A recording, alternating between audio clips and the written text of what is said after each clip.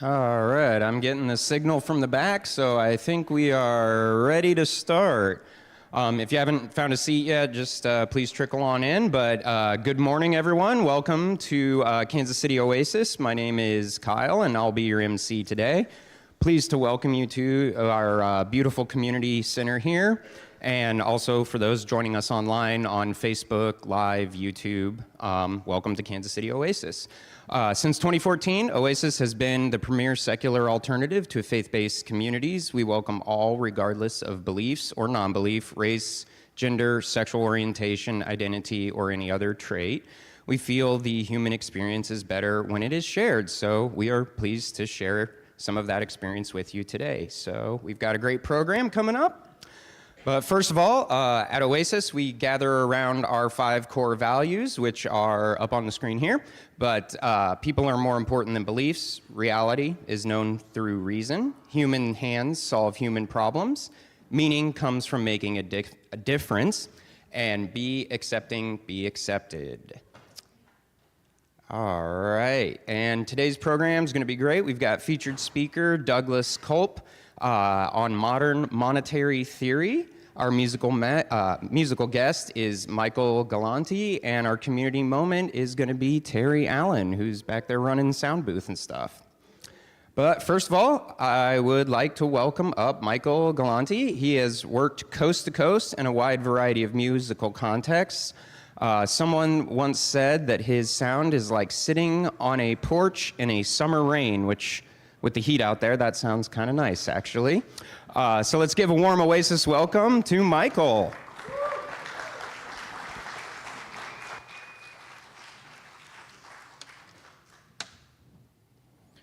Thanks, y'all. Good to meet you. I'm going to play some of my songs today.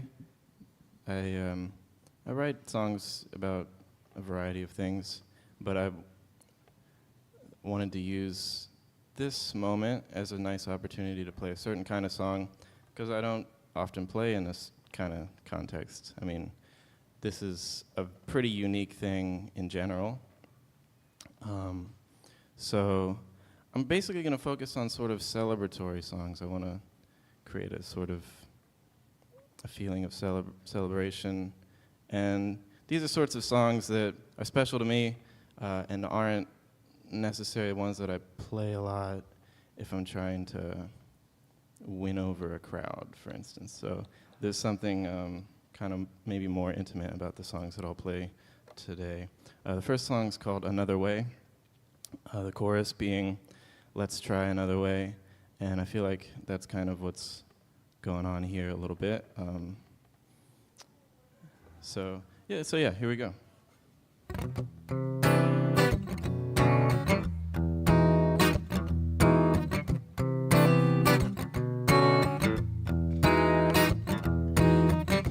Cold, you wander down your path.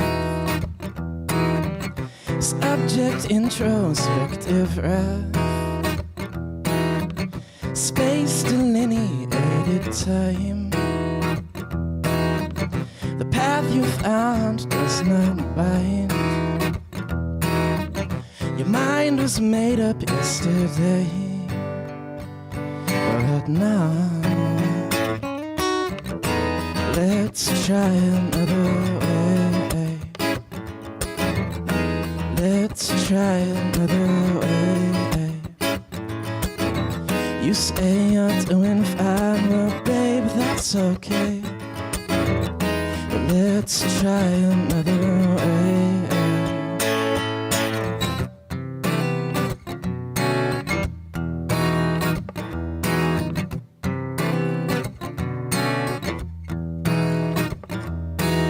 Well, it's a one-way trip until you see the aimless changing of the leaves.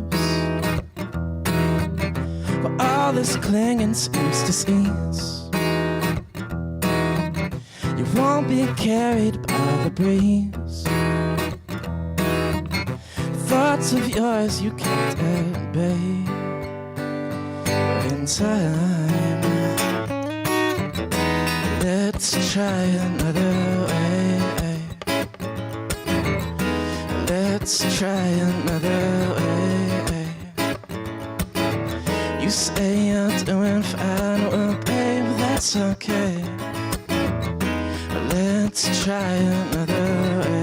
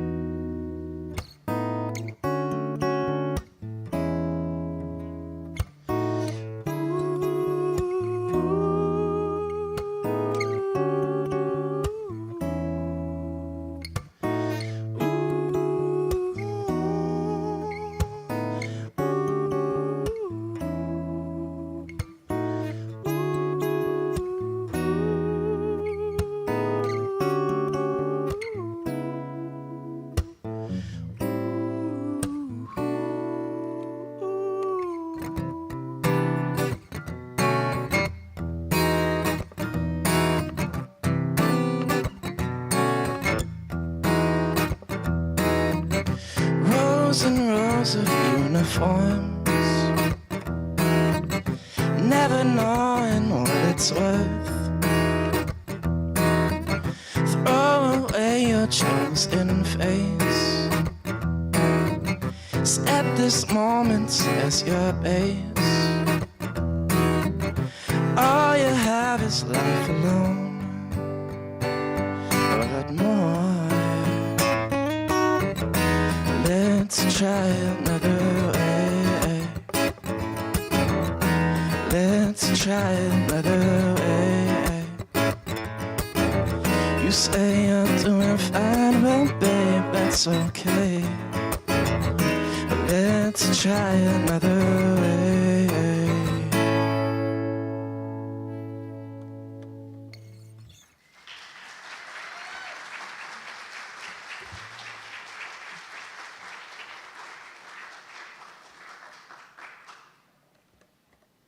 Thanks. I wrote this song a long time ago, and since then I've probably tried hundreds of other ways, and still going, and still feel like it makes sense to me. The next song sounds like a love song if I don't introduce it, but I actually wrote it in this grassland preserve in California called Briones, and I wrote this song. It's a unique one.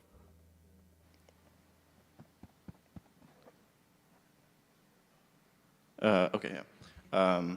It's like a duet with the grasses. So it's called Briones.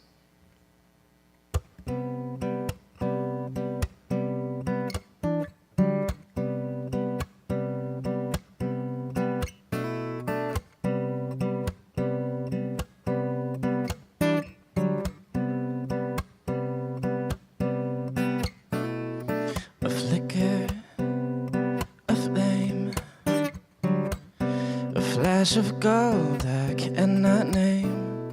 A sweet, swaying song. You sing so soft and so plain. Another day has come and gone, and we remain the same for just as long. Then the day will come along, and I replace the dust the breeze has blown. But for now, here for now. But for now, here right now. Whoa, breathing deeper. Yeah, yours and mine once was weary, but now oh so light.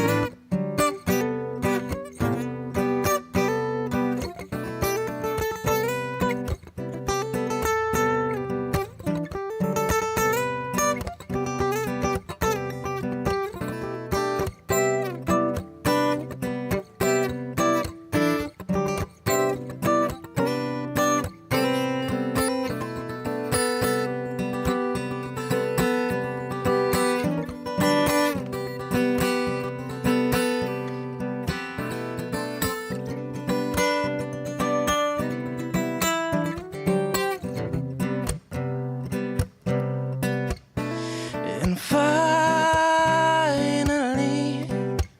we can be what we'll be. And finally, we can be what we'll be. Whoa, breathing deeper. Yeah, yours and mine once was weary, but now I'm oh so light.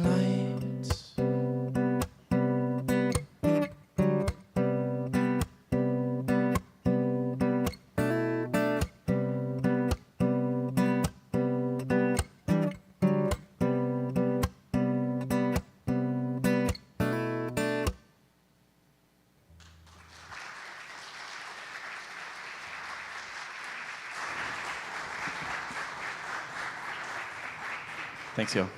Well, thank you, Michael, for sharing your musical gifts with us. And we will have you up a little bit later, and I'll probably ask you some questions about your style and influences and whatnot.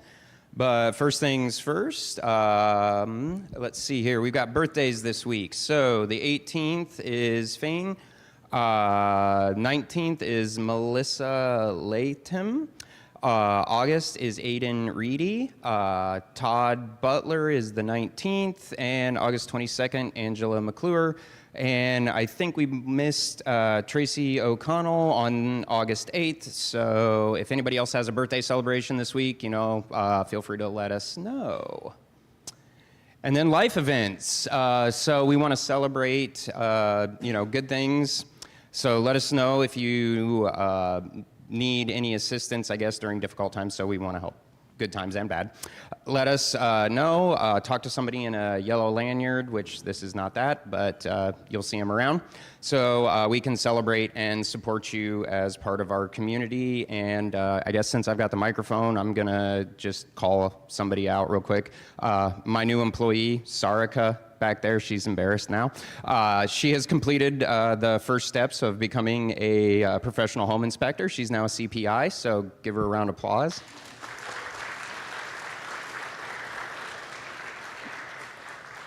And I'm sure she hates me now for that. And then also, I think I recognize somebody I know from way back in the day, Jason Landrum, from the Morning Sun, an old news guy. Anyhow, blast from the past. Oasis, great community to meet people and re-meet people. Anyhow, so we want to give a big round of applause for our volunteers of the week. Gary Blakely, many of you know him.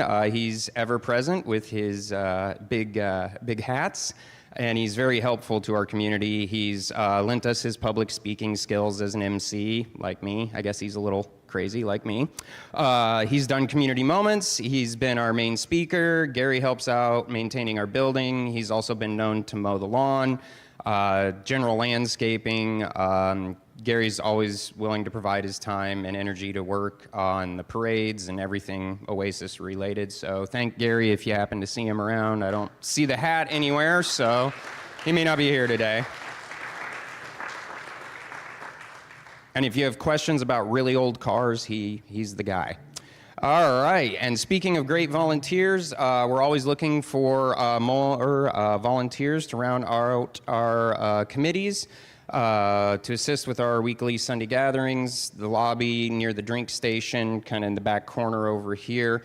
You'll see these little cards up there. Pick a card during the coffee break, and after our meeting, you can help with that need. When it's completed, place it in the all done task, and the blue cards are intended for like weekly tasks. White cards are for monthly tasks. So if you love our community, you want to give back in some way, this is a great opportunity for that. Speaking of which, coffee. Who here likes coffee? I know it's not just me. All right, we're looking for somebody to make coffee on the first Sunday of each month. September 7th has not been claimed, so if you want to be the most popular person here who made the coffee for us, contact Julie Manning. And there's a QR code up here, and I'm sure there's other ways to sign up online. And fall community group time. It's still summer. I know it's really bloody hot right now, so probably not thinking about fall, but we are planning our fall community groups currently. Larger groups like our Sunday gathering, it's great for creating a community, but it can be challenging to, talk to people and meet everybody. So it's break out into smaller groups. We do it in the spring and the fall. They typically are a 6-week bi-weekly meeting. We have discussions on wide ranges of topics. And right now we're doing the host signups. So if you'd like to host a community group, go look on our website or scan QR codes. And if you have any questions, contact Justine Flick, which I believe I did see her here today. And monthly musical, all right, one of my favorites. So Monday, 25th of August, we are doing 5:30 to 8:30 p.m. right here at the community center. Bring your own food and drink, comfy seating, and we'll start the movie around 6 p.m. and it will be Grease. Alrighty, Thursday, August 28th, 7 to 9 p.m., Oasis Community Center. We are doing our board game night, so bring your favorite board games, some snacks. Let's roll some dice, shuffle cards, and make some fun times and memories together. And our Labor Day weekend picnic coming up pretty quick again. August 31st, join fellow Oasins, that's I guess who we are, for a potluck picnic in English Landing Park.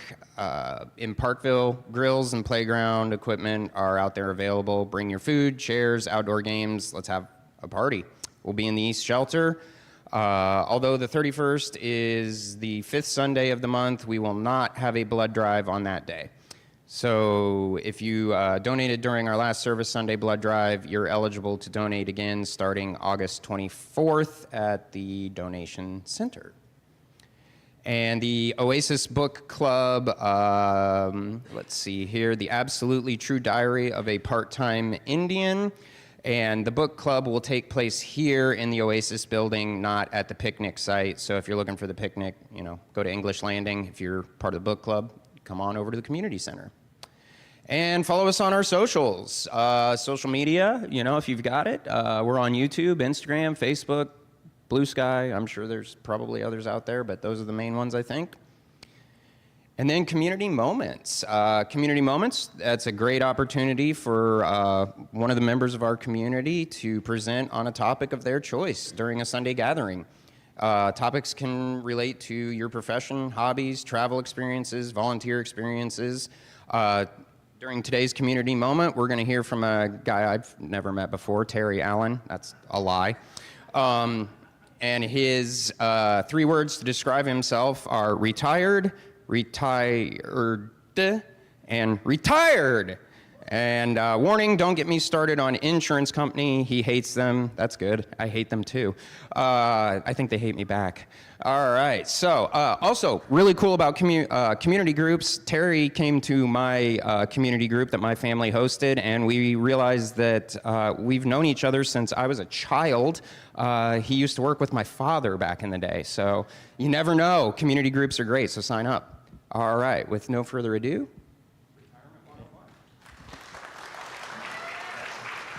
Thank you.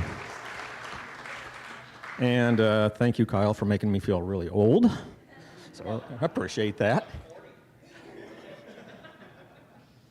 Anyway, moving on. So like Kyle mentioned earlier, I'm usually hiding back there behind the soundboard, and there's a reason for that. I hate being up here. So, but here we are. So Retirement 101, not for the faint of heart. So what got me thinking about this was my experience. Back in September of 23, I turned 64. And for the first time in a long time, I actually was despising and hating my job. So I made the decision that when I turned 65, the next September in 24, I was going to retire. Great. And I thought, well, I got to get my plan together. So I started thinking about it. I thought about it. Then, come February, and my company made me an offer I couldn't refuse. In other words, they gave me a bunch of money and told me to go away. So, so I started, oh, this is great. 7 months early. I can actually survive and not die from a heart attack. So this was great. But then I started thinking, What about my retirement plan that I had started thinking about back in September, and that's all I did was think about it. So I wasn't really prepared. So what I wanted to do, so in the last year and a half, I think I've learned quite a bit, and I wanted to share kind of the outlines of what you need to do to retire. Okay? The question that most people think about is, do I have enough money to retire? Okay? So step one, win the lottery. Problem solved. All right. Thank you for coming to my TED Talk. We'll see you later. The reason I brought that up is because I don't believe, I'll argue that that money question is not the most important question. It is important, obviously. You have bills to pay. But it's not the most important thing. I think the most important thing is to decide what you're retiring to. When you're working full time, you're putting in 40, 50, 60 hours into your job. When you walk out that last day, you got a lot of extra time. What are you going to do with that? So I will tell you one thing not to do. Daytime TV, it will rot your brain and kill you. So don't do that. But what you need to do, in my opinion, is you need to plan what you're going to do for the rest of your life. You need to decide, how am I going to fill those hours? You don't have to fill all 40 hours, but you got to have something. You got to have feeling of accomplishments. So, and that takes planning on your part. So that's not easy.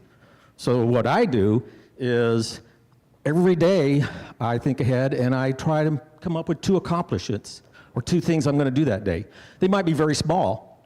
They might be going to the gym, and in the afternoon, going to the library to pick up a book that I put on hold.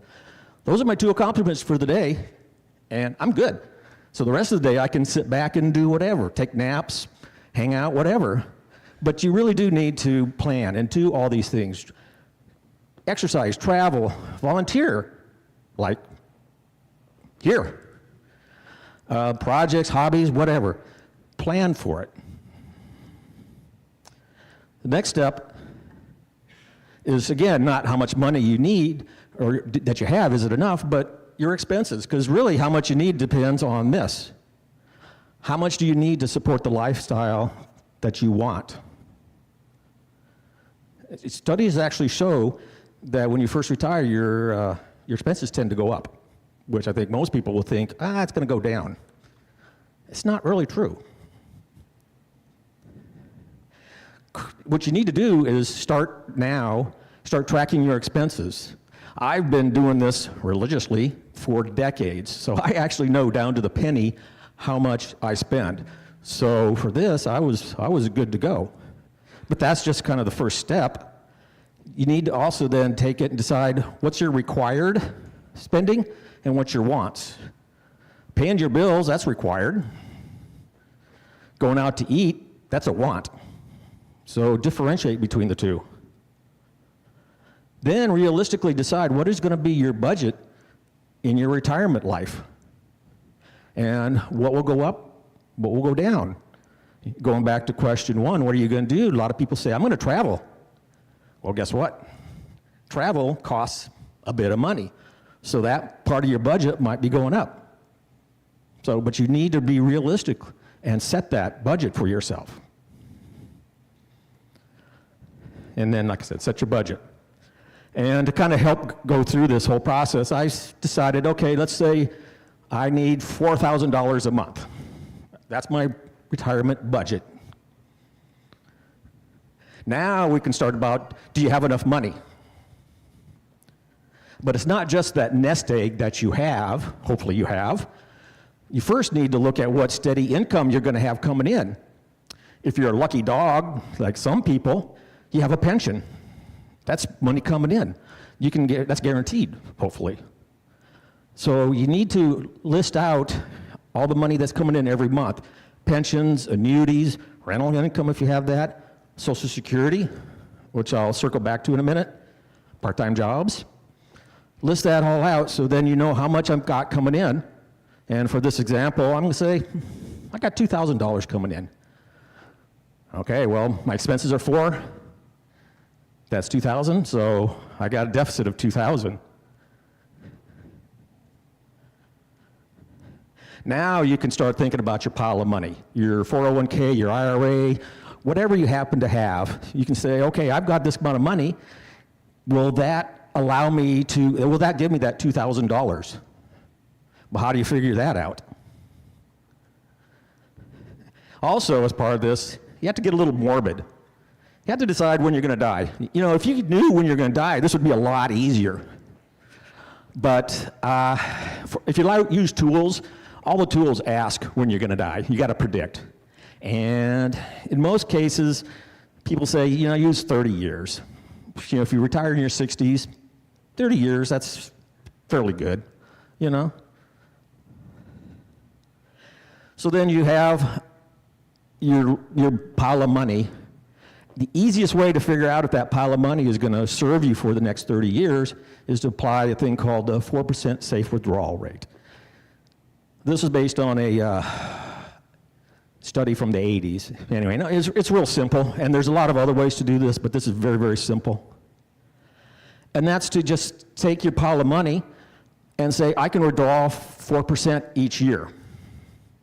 Now, there's a caveat to this. You can't just take this money and put it in your mattress. Part of the study is you have to take that lump of money and invest it because it's got to be working for you. It's got to be drawing in interest or whatever. It can't just be sitting there. So I'm going to use this example of your pile of money is $500,000. 4% of that is 20. So that's a little under $1,700 a month. Well, guess what? I needed $2,000. So I still got my deficit. So this is the beauty of this plan is now you need to turn around and say, okay, how am I going to make that up? Am I going to work a little bit longer? Heaven forbid. Am I going to get a part-time job? Am I going to reduce my expenses? Or some people argue that that safe withdrawal rate of 4% is too conservative. Maybe you figure, like me, my family dies early, pretty much. So am I going to last 30 years? Probably not.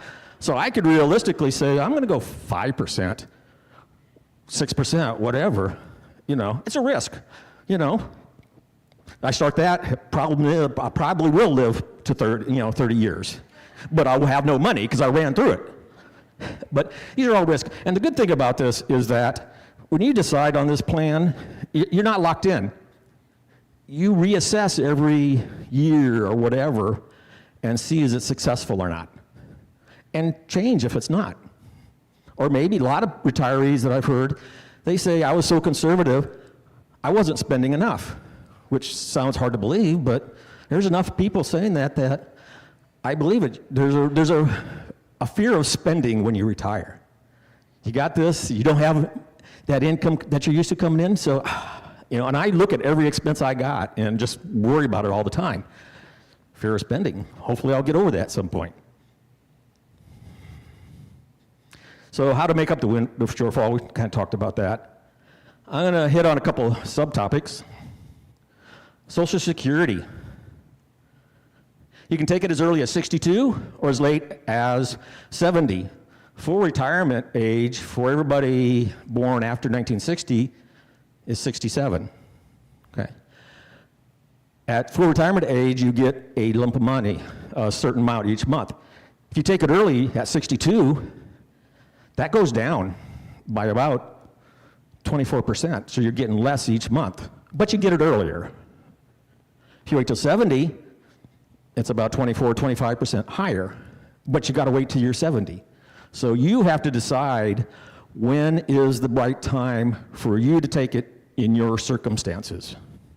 There's no black and white answer to this one. Taxes. Taxes are complicated as hell in retirement. When you're getting a paycheck, they take a bunch of money out, and hopefully at the end of the year you've paid enough. And that's kind of about it, right? But when you're retired, it changes things up because depending on where you're getting your income from, you might need to do estimated quarterly taxes, which means you're guessing And so this is for income like interest, dividends, capital gains, stuff like that, that they don't, the IRS wants their money right away. As soon as you get your money, they want it right away. They're not going to wait till the end of the year. If you wait till the end of the year, they're going to penalize you. Hence, estimated quarterly taxes, where you're making a guess. Okay? And oh, by the way, in case you might have heard recently, some government is talking about Social Security is no longer taxed. Guess what? False. They lied. That is BS. I know. We're shocked, right? Everybody, I see the shocked looks on everybody's face. It's like, no, yes. So there's been people that have said, well, why? How can they say that? And it's true if Social Security is your only income and you're not getting a lot of it. That $6,000 that they're throwing out to people over 65, that could get you to where you're not paying taxes.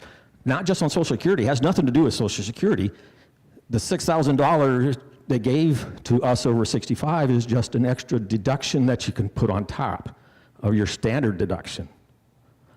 So, I mean, great, I like that extra deduction, but Social Security is still taxed based on how much money you got coming in. All right. Last topic is medical. If you retire before 65, like I did, I had to go out and buy my own medical insurance. That's not cheap, and it's going to go up. So think back to your expenses. You got to plan for that. My initial payment for a few months was over $900 a month for medical. Yeah, and I could have found something cheaper, but it was only for a few months, and I was kind of lazy at the time, so I said, okay, I'll suck it up and do it. But plan for it. Then 65, world gets good, rosy, you get Medicare. Yeah. There's day-long seminars on Medicare, so I went to them and I was more confused afterwards than I was before. But basically, Medicare, Part A, Part B. Part A is hospital coverage. Part B is medical coverage, doctors. Part A is no monthly premium. Part B, you're paying at least $185 a month as the minimum. But it's means-based on your income from 2 years ago. So when I first retired, my premium was $670 a month. It's like, and that was a shock to me. I got that bill, I'm going, there's gotta be something wrong. But that is, if you hear anybody talk about IRMA, that's what it is. It's the means-based, okay? And guess what? The new one big BS bill that just passed, there's a little section in there that's gonna drive up that premium by an estimate of another 11%. So it's gonna go above $200 just for this basic thing. And Part A and Part B is really not enough. Part D, if you want prescription drug coverage, you gotta go out and buy it and pay for it yourself. Now you can go out and either get a Medicare supplement or a Medicare Advantage plan. Medicare supplement, there is a monthly payment on that, depending on where you get it, so who knows what it is, but you will have to pay for that. If you go for Medicare Advantage, there's no monthly, but there's deductibles, there's co-pays. Medicare Advantage is just like a high deductible medical plan that many people have at their work. So if you're familiar with that, that's what that is. Good thing about Medicare Advantage, which is what I decided to go, is it covers everything plus vision, dental.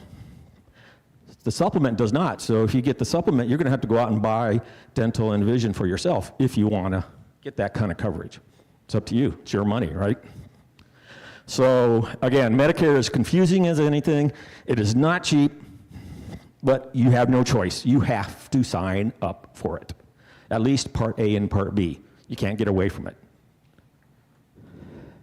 All right, so the takeaways. If you're already retired, I'd be interested in hearing your experience. Did I get anything wrong? Did I mess up anything? I'd be really, really interested. If you're getting close to retirement, don't do like me. Don't think about your retirement plan and wait till the very end and then scramble to put it together. start now. I mean, 5 years before is not too soon to start it.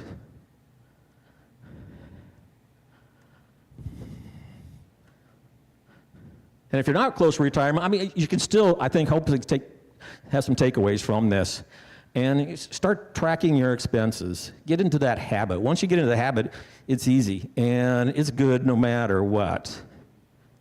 And take advantage of any 401k opportunities to the max, including Roth. Take care of any opportunities you can to get that nest egg going. The earlier you start, I'm telling you, the better it is at the end. So get started now. These are the YouTubers that I listen to that I found are really, really good. I think you got to take everything they say with a grain of salt, but they make you think. They give you some good information. They give you resources. So I highly recommend these people. Daily I look and watch their whatever they put out. So with that, hopefully that wasn't too long or too boring. Thank you.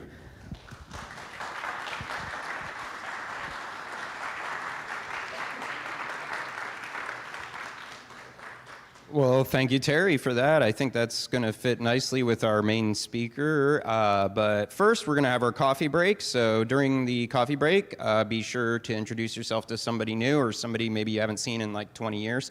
And then over by the packaged food products, the volunteer tasks are out there.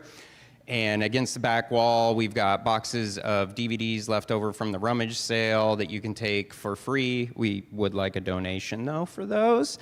And we'll see you back here in 20 minutes. So.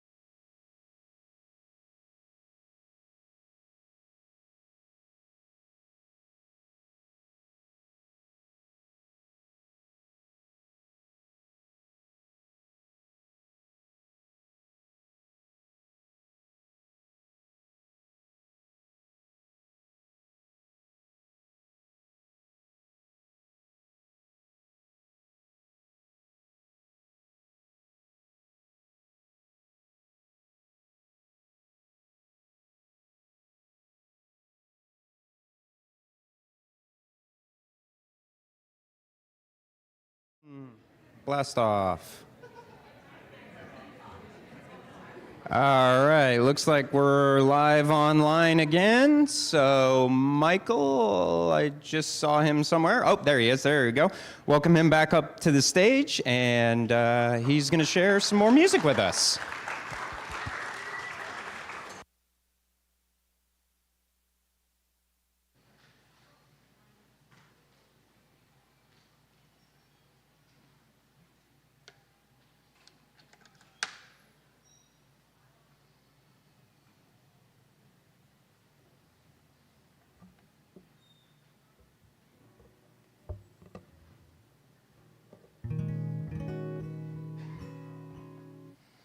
There's a little bit of a running theme in the songs that I'm playing, which is hearing a voice in the world around me or us. The next song is a song I wrote in Seattle, which is a place. The city is a little rough if you're not very wealthy, but the area is a place that has a voice that speaks very loudly. And I think I just was inspired by that and wrote the song. It's called Shiver and to Reach.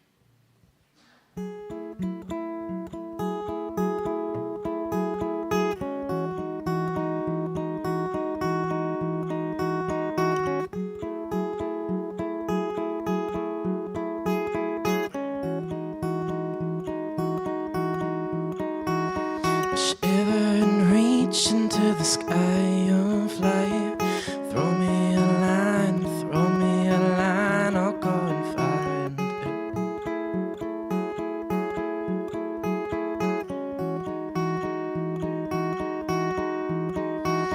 it. Still there's a sweetness to the bitter end. Give me a hand, and we can be friends.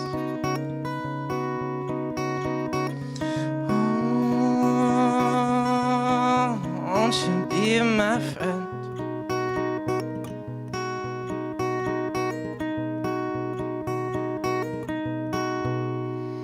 'Cause we're softer than the swelling sky, somber song inside of my eyes.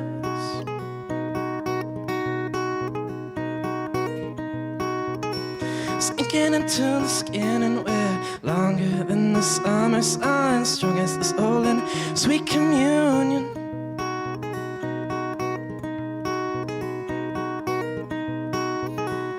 Down on my knees to kiss the ground, older than the mountainside. Nothing dies if everything's tied. And it's a sweet mystery.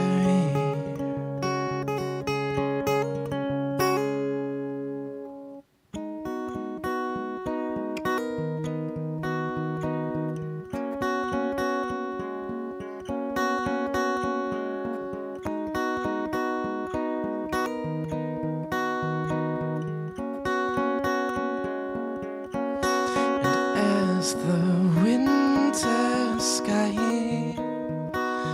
quivers and cries, send her all my love, send her all my love.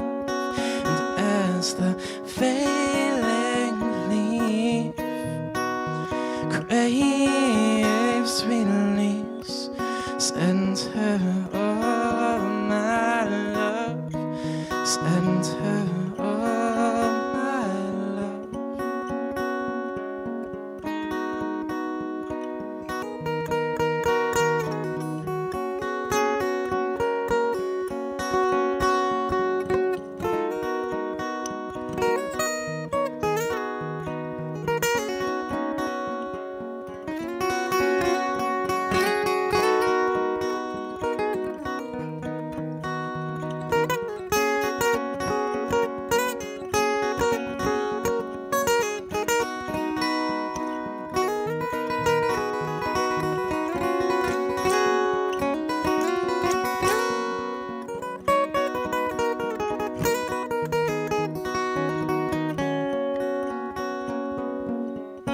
Has anyone wondered why we're here?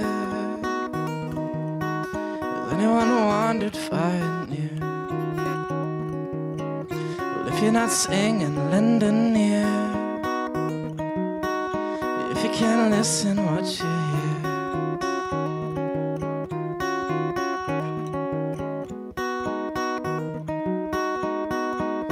What you hear. What you hear.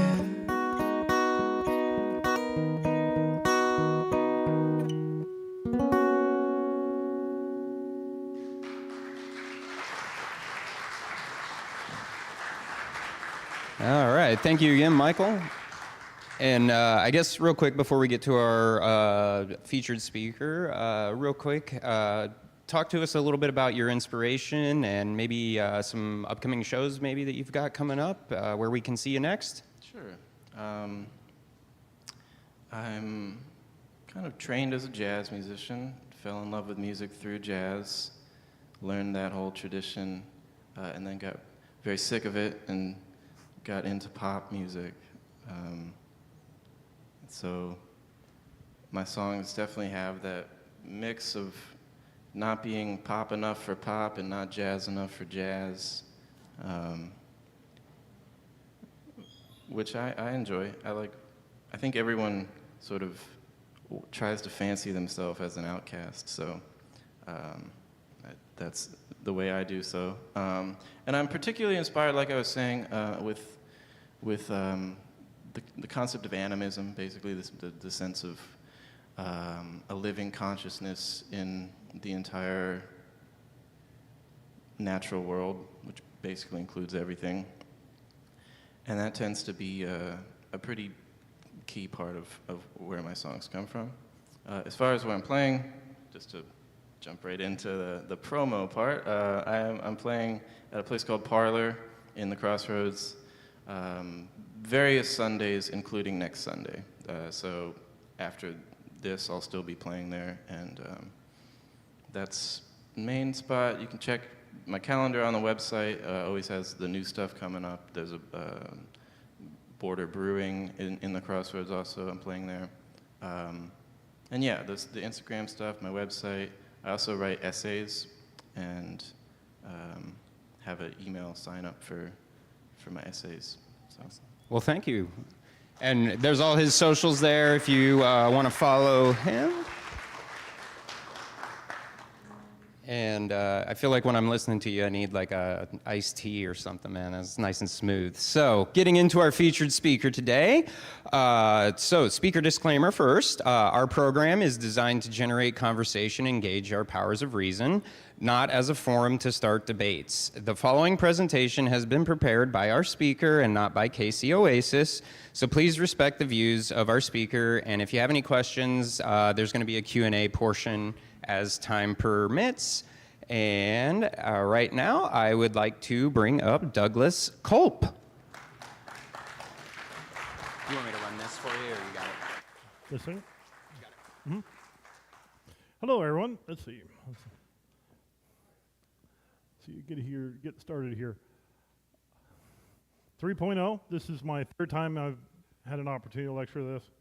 So, let's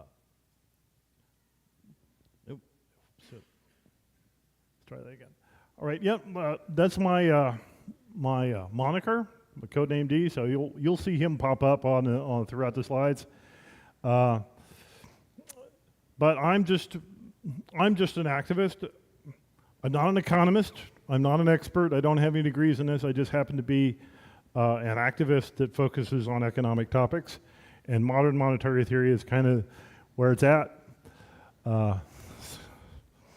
And I've not had as much time to prepare on this as I would like. It's been a difficult couple of weeks. So forgive me if I ramble on, but I'm going to try.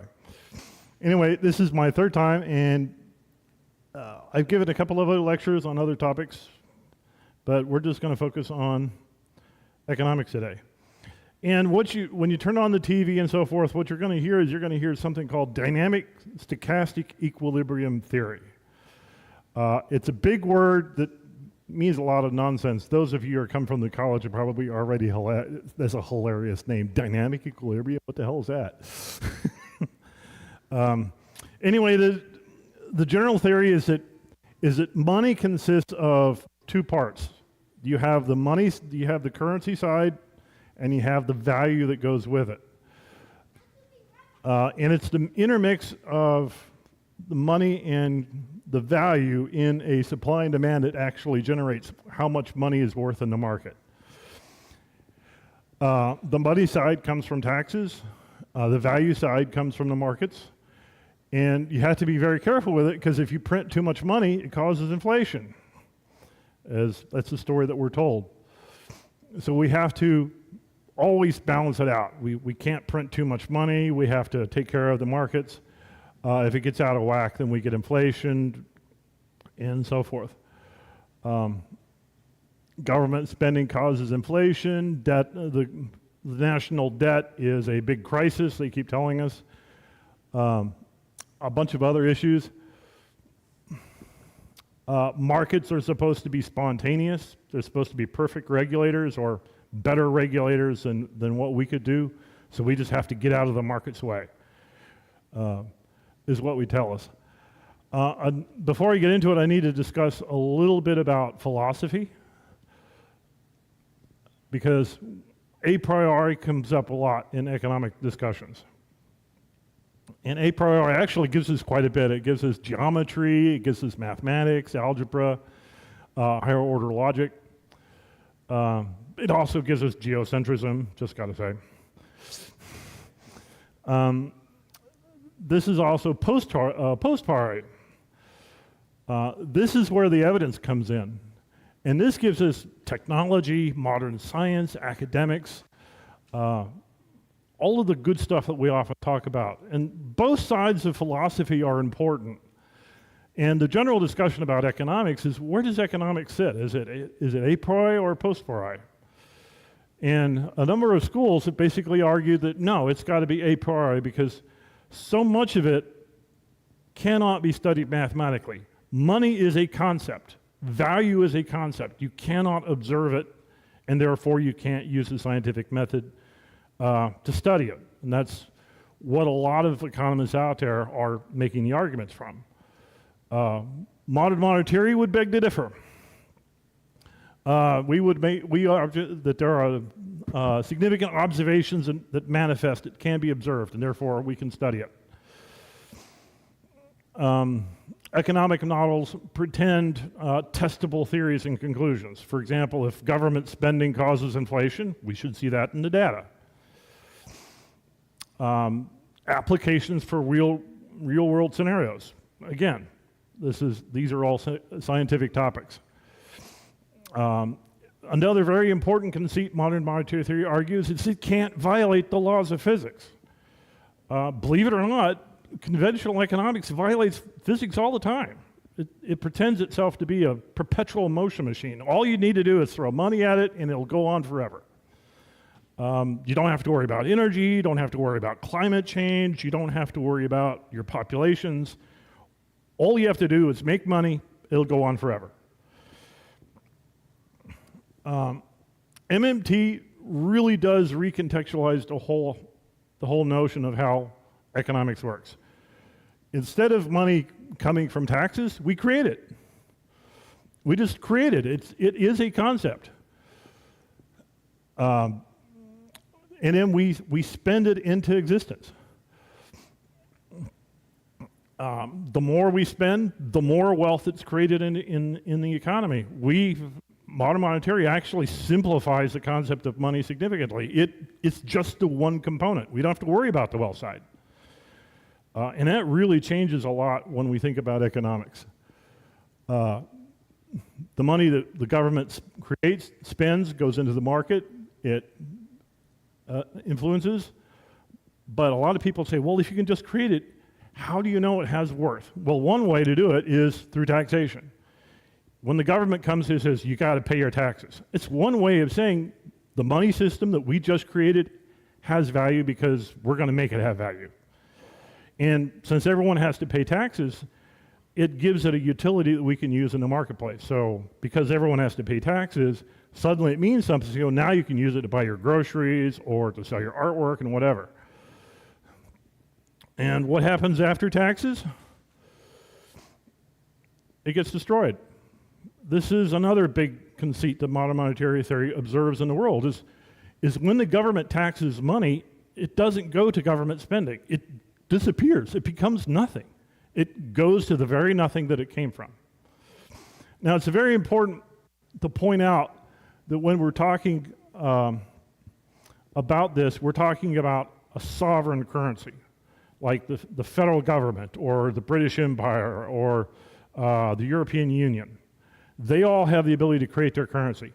Everyone else, like the state of Kansas or the state of Missouri, they're currency users. And they have to tax before they spend.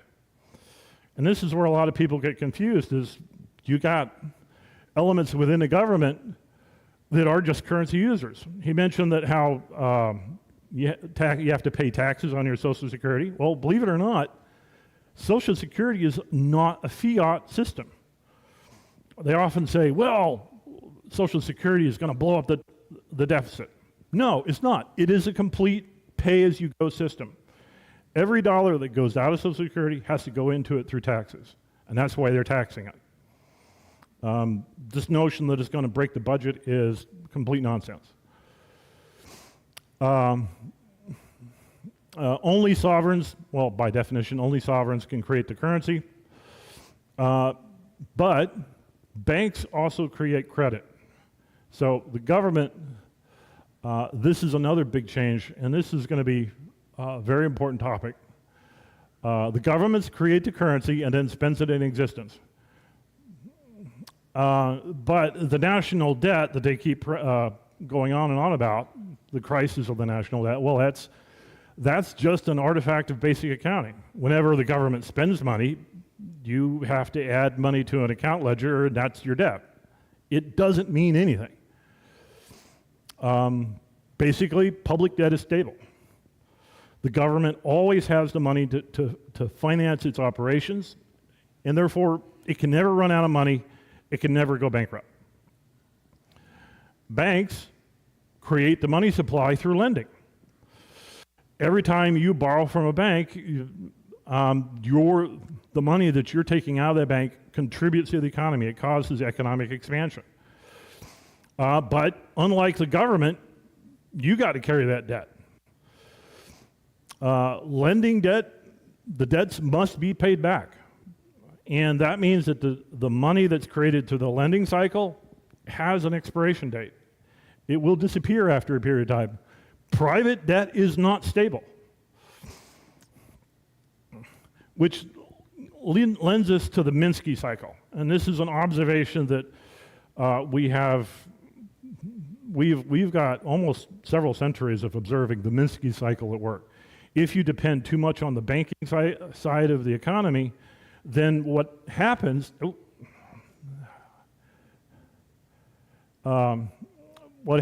the customers will borrow money. The loans are then monetized as investments, and they go into Wall Street. This encourages Wall Street to liberate more money to expand the economy, which fuels more lending. But because we tend to over-rely on the market controlling things, we always overexpand the economy.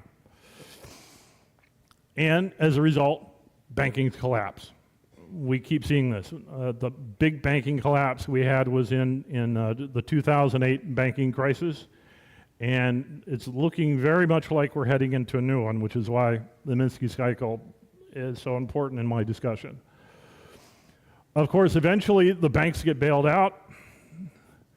The government encourages more consumer borrowing, and the cycle repeats. And the cycle generally tends to go about once every 10 to 15 years. There's no real way to predict when the cycle will collapse. And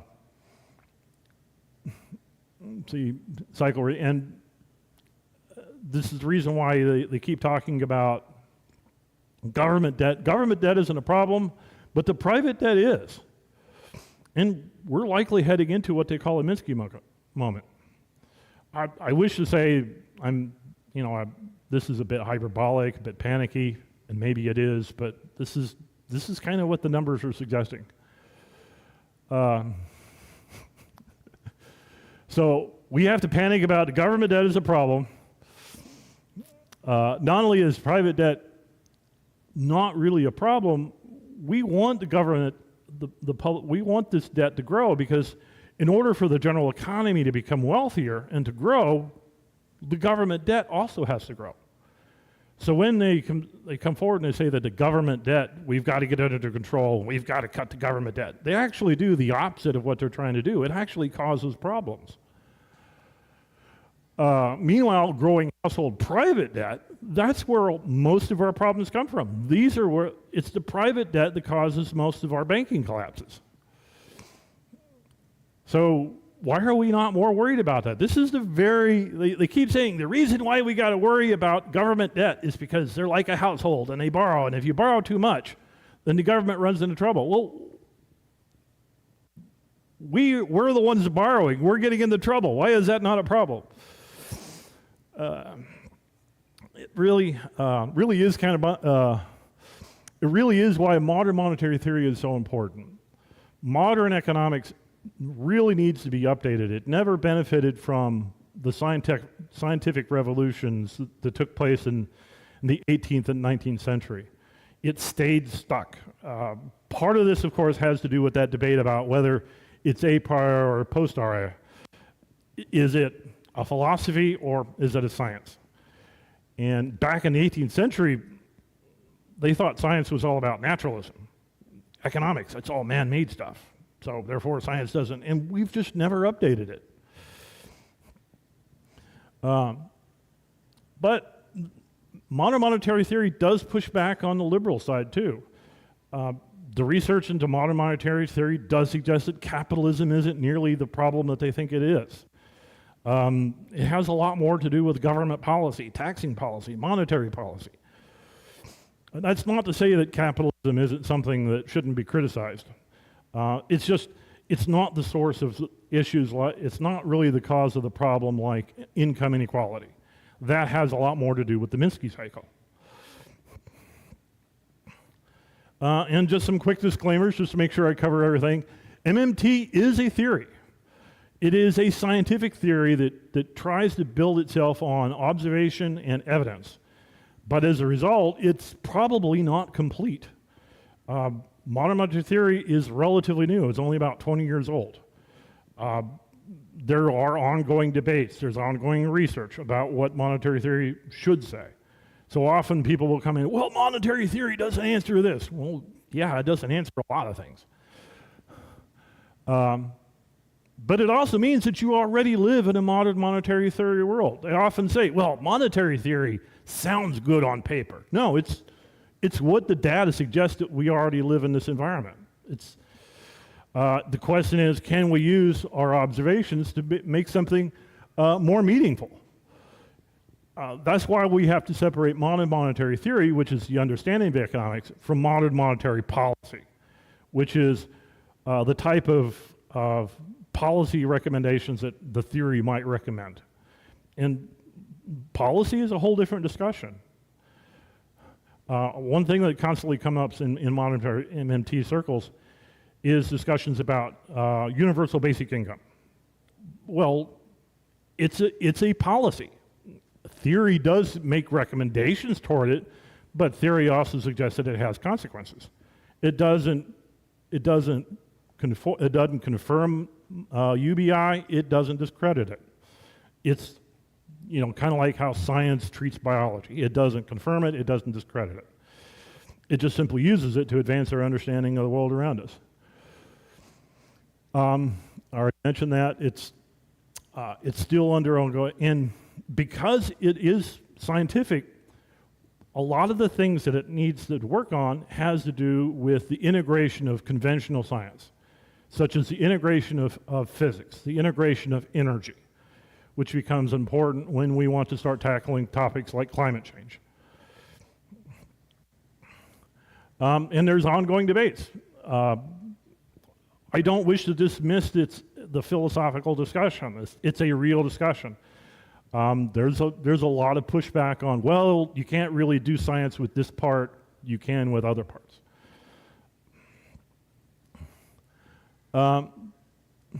But modern monetary theory is a science.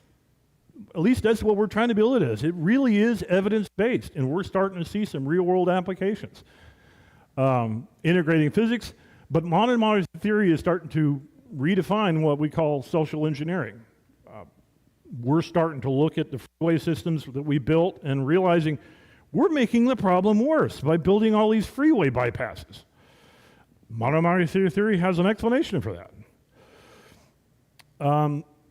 It should bring in human labor, human capital into the economic models. Conventional economic models ignores labor. It just treats it as another component, which goes a long way to explain why labor is treated so poorly in modern economics. It can offer us better tools to manage green energy transition as well as long-term energy stability. This is another thing that modern monetary theory dedicates a lot of time talking. We're talking a lot about policy that gets us maybe 20 years down the road. Theorists are talking about how do we sustain human civilization for thousands of years, tens of thousands of years, hundreds of thousands of years.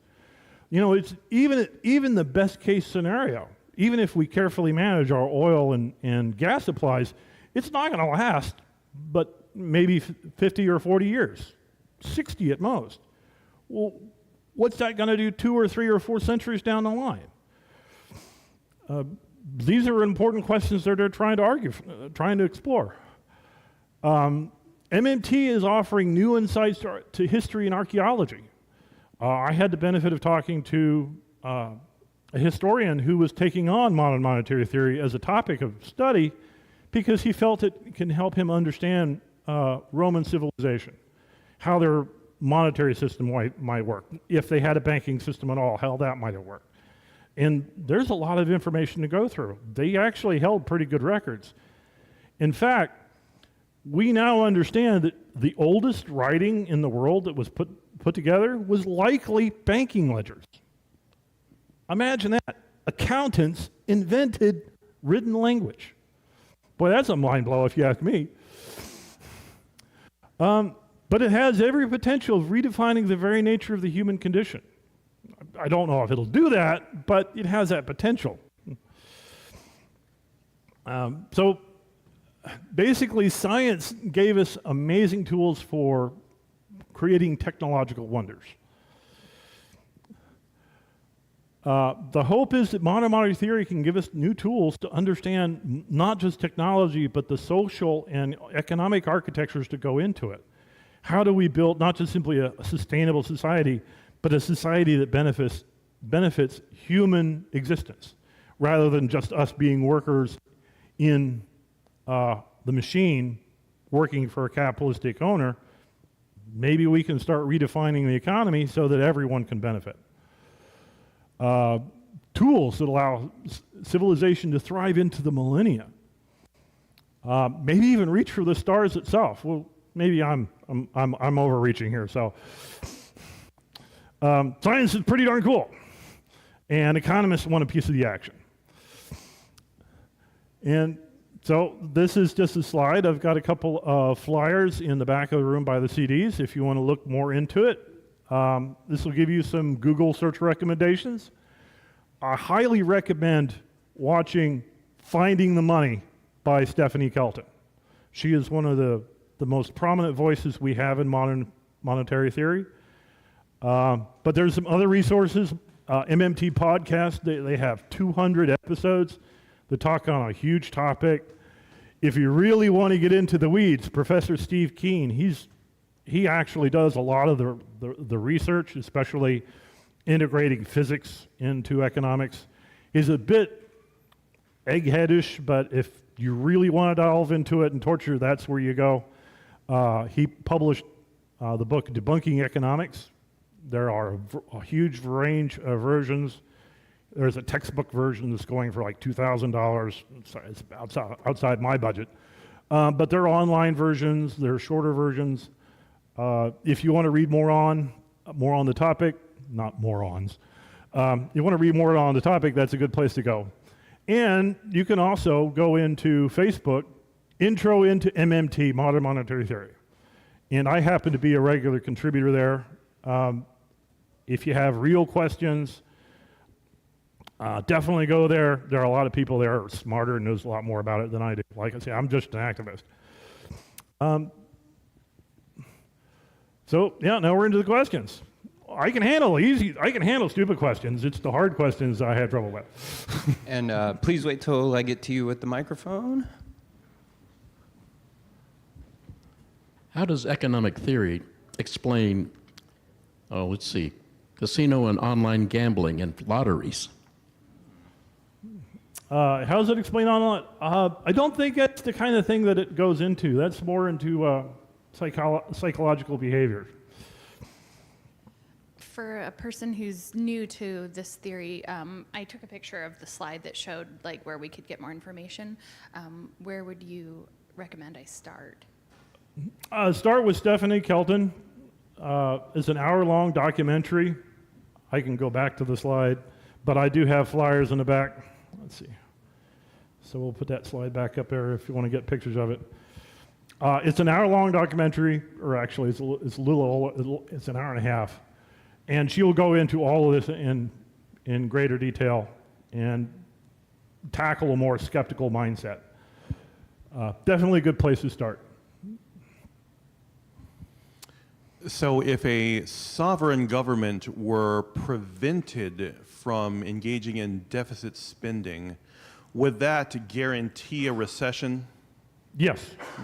Well, it would. I wouldn't say it guaranteed a recession. It would generate an economy that has a very difficult time growing, and recessions would become more common. What we've observed is as a government maintains austerity policies, they tend to push people into borrowing more and more, and as I mentioned, that's not stable. Austerity policies are very destructive. It's one of the things that modern monetary theory really pushes up against. England is hugely into austerity policies, and it's just basically leveled the entire economy. And their solution is, well, let's spend less, privatize more. We'll cut benefits, and things will get better. But no, it doesn't, because they keep removing money from the economy, and it's difficult for the modern economy to operate without it. There are a lot of economic schools out there, and almost to a man, all of the other major economic schools are very skeptical of modern money theory. What are some of the common critiques that those schools offer against modern money theory that causes, major economists like Paul Krugman to be hesitant of accepting MMT as a framework? Mm-hmm. Well, Paul Krugman doesn't really know what modern monetary theory says. He comes from a more traditional economic school, and they kind of have this a priori notion, which spends more energy trying to defend current schools rather than investigating the actual data. But you do have legitimate criticisms against modern monetary theory. That's why I included the slide about philosophy, because the genuine discussions about whether the type of science they're doing is legitimate science or not. I would say yes, it's a legitimate science. It's not physics. You can't study MMT in a petri dish, but there are already well-established tools for how you investigate these types of concepts. One thing that I like to push is that money is actually an artifact of language, and therefore you study it like any other word that you would study in linguistics. And so now you have a different context to study it. Yeah, language is a concept, but you can still study it in the context of linguistics. So hopefully that'll answer your question. So your presentation was talking about private debt, and it kind of implies that dumping debt and getting rid of debt is like the first thing that you should do. I'm working on that. I only have one debt left, but what's a second step that you would recommend to prepare for whatever's coming? I wish I could say that it was that easy. You're on the side of the monetary user. Getting rid of debt on your part is actually part of the problem. Like I said, the economy, in order for the economy to grow through bank lending, you have to borrow more and more. So when people pay off their debts or fail to pay their debts back, that causes the economy to contract. And this is one of the reasons why we say that private debt is part of the problem. It's because as a citizen, you want to be debt free. You want to have a bank account. The system doesn't let you do that. And your own interest is in contradiction to the problem. The solution is to get the government to spend more money into the bottom side of the economy. Excellent. Well, I think Douglas will be around in the lobby afterwards, so give him a big round of applause. And if you have any other questions, make sure you talk to him afterwards. Thanks. Okay, and let's advance here. Oh, we're past that. And there we go. Okay, so donations. While our musician is coming back up here, I'd like to remind everybody that Kansas City Oasis is a 501c3 nonprofit. We are run solely on the donations and our volunteers. If you've liked our topics today, our music, our lovely community center, just the community vibe in general, please consider donating at Oasis, kansascityoasis.org. You can donate by Venmo. Recurring monthly donations are the best. There's also a QR code up here that will link you for that payment. And I will bring Michael up for his last song.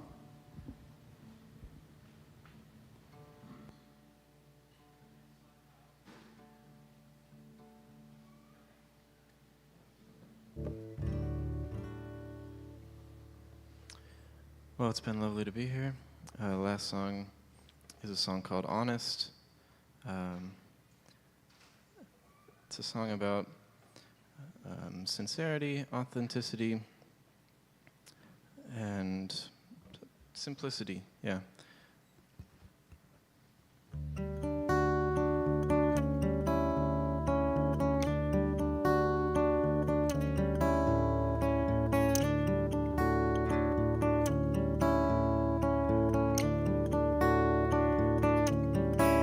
It's so easy for the birds to skim the sky, for the child to ask why, for the moon to paint the night. It's no secret that the lady loves to dance, that she'll always take your hand, that there's things that you don't understand. Gotta be a reason why I'm awake the whole damn night. 'Cause isn't that the way it feels? Ain't that the way it feels when you're honest? When you're honest, 'cause it feels right. Oh, something happens every time.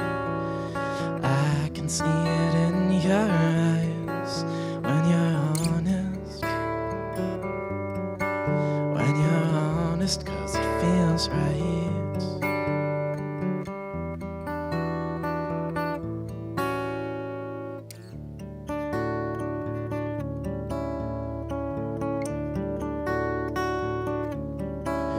Is it evil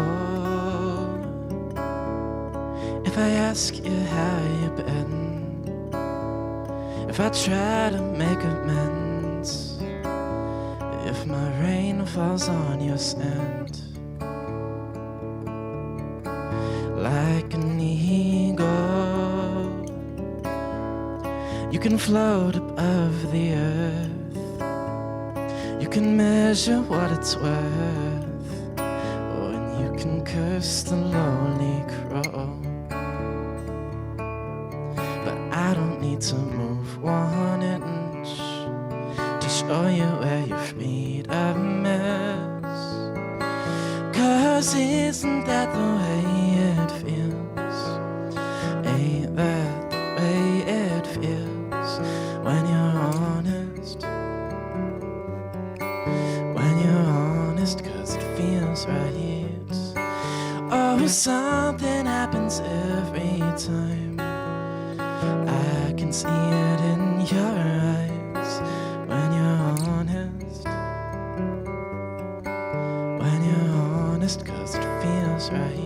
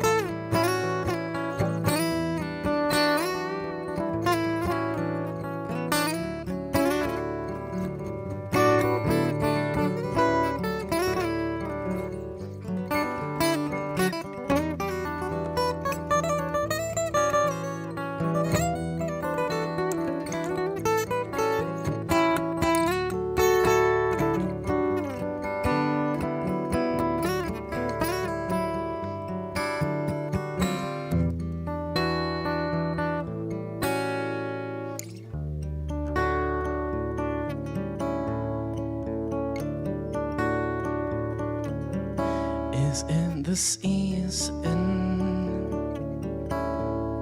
with the fleeing of the days, with the leaves that fade away and the girls that cannot stay. We don't need a reason why, we're only doing as we like. Oh, isn't that the way it feels? Ain't that the way it feels when you're honest? When you're honest, 'cause it feels right. Oh, something happens every time. I can see it in your eyes when you're honest. When you're honest, 'cause it feels right.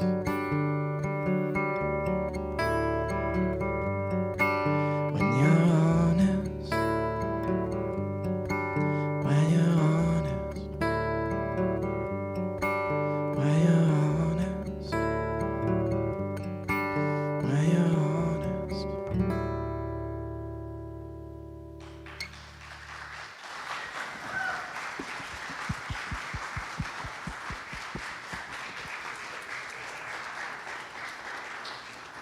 Well, thank you again, Michael, for sharing your musical talents with us today.